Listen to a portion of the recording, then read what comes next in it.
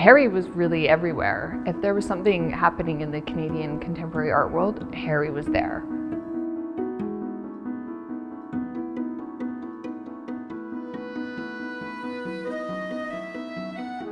Harry and other colleagues had done an awful lot of preparatory work on putting forward a submission to the provincial government, to the University of Calgary, and to other dignitaries who had to approve any new graduate programs coming online. And so that first trial year was an exciting time because we had to be reviewed again after the first trial year to get a second level of approval. Since then, the graduate program has proved to be one of the most successful in Canada, a very, very good reputation, held in high esteem. One of the first things in terms of Harry's role as head of the Fine Art Department at the University of Calgary in the late 60s, early 70s, when I was a student there, is he based the design of the program on the British Art Academy system. And that system brought in working contemporary artists to teach the studio courses. Their working methodologies were exposed right in front of you. You could see what it took to paint an 8 by 10 foot painting, the amount of work. And so we learned very quickly in terms of art practice, the dedication it needed and all of the kind of what you were embarking on as a student into being an artist. And that's what he gave all of us in the Fine Art Department starting out.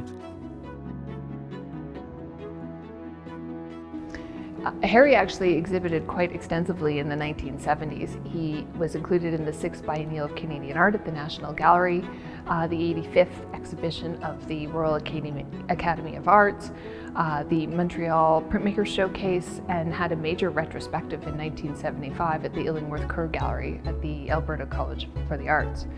He also exhibited internationally, including Germany, Spain, Colombia, Chile. So Harry was hot. You know, one of the things that I remember with his work, he even spoke about it, he's spoken about it many times in terms of this intellectual approach to painting. So one example is his series, the Aegean series. The Aegean being the name of the sea off the coast of Greece, one of the largest flat areas in terms of water surface. How do you interpret that?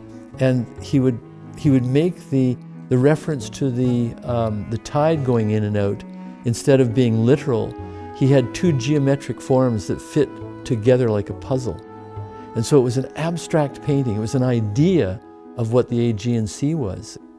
And he was able to capture this whole translation of abstract work, and he's still doing it. Harry and Katie are the last direct link to a generation of artists like Marion Nicol, Luke Lindo, John Chalk, and Gaijo Spicket. Thank goodness for curators and writers like Mary Beth Laviolette and Catherine Utello who have documented their stories. He was involved in a number of arts organizations prior to the setting up of the Triangle Gallery. But that's where he ended up putting in the most effort. And of course, the Triangle Gallery became one of those organizations that got together and morphed into the contemporary Calgary. The thing with Harry is he's first and foremost a working artist, but he also has a very keen spirit of what the community is.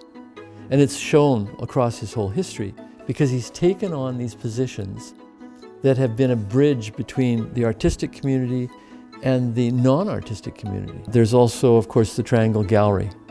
His whole role in terms of the university at a very kind of early stage and being head of the art department and designing that way that the information would take place. Harry was very intent on good artistic work being available for public viewing. He was always very fond of spreading the word, not so much in terms of his own work, but in terms of the public having access and being encouraged to view art. Harry and Katie have dedicated themselves to their artwork and to the art community. They never had children, but they are leaving this wonderful place as their legacy.